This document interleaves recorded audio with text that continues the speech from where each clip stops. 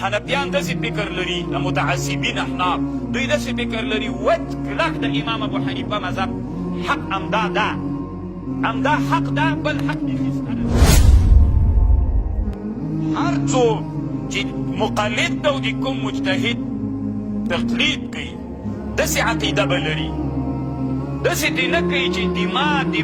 زه چې د چا تقلید کوم دا د ده اجتهاد وچ حق همدا ده داسې عقیده دې ولري چې زه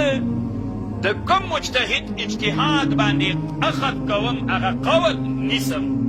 دا حق ماته ښکارېږي احتمال دې ولري دا د خطا وي هغه نور دې جوړ او که ته داسې فکر وکړې چې وچ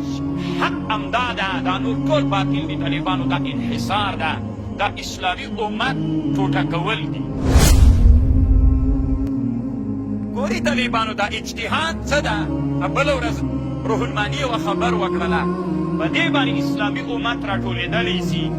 د کشران طالبان په دې پوه سئ که نه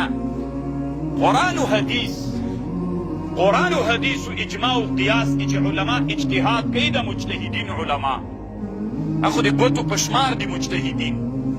هر څوک چې مقلد ده او د کوم مجتهد تقلید کوي داسې عقیده به لري داسې دې نه کوي چې زه چې د چا تقلید کوم دا د ده اجتهاد وچ حق همدا ده ځکه که وایي که طالبانو ورونو نو انحصار یې وکړو د دین داسې عقیده دې ولري چې زه د کوم مجتهد اجتهاد باندې اخذ کوم هغه قول نیسم دا حق ماته ښکارېږي احتمال دې ولري دا د خطا وي هغه نور دې جوړ او که ته داسې فکر وکړې چې وچ حق همدا ده دا نور ټول باطل دي طالبانو دا انحصار ده دا اسلامي امت ټوټه کول دي داسې عقیده به لري مثلا ته فرض که دا ټوله دنیا ده چې دا دلته تاسې ناست دي اوس په دا ټوله دنیا کې مجتهدین الله پیدا کړي هغوی قرآن و حدیث کې فکر کوي یو مسله راباسي نو که ته داسې چل وکړې چې دا ته د چا تقلید کوې داسې وایې چې د ده اجتهاد چې په څه شیانو کې کړی حق همدا ده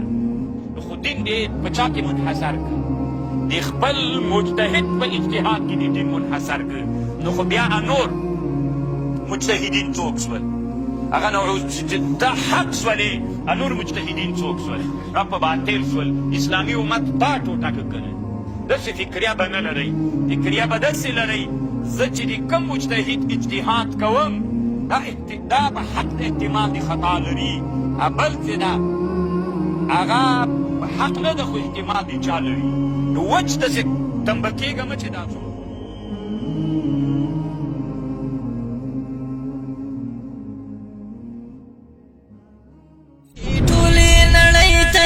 سول د دې دعوت غړو کوم کې ختم ول کری د شرک او د بدعت غړو قامو اصول یو د حدیث او بالقران مات بنشو لکه د غرم د ایمان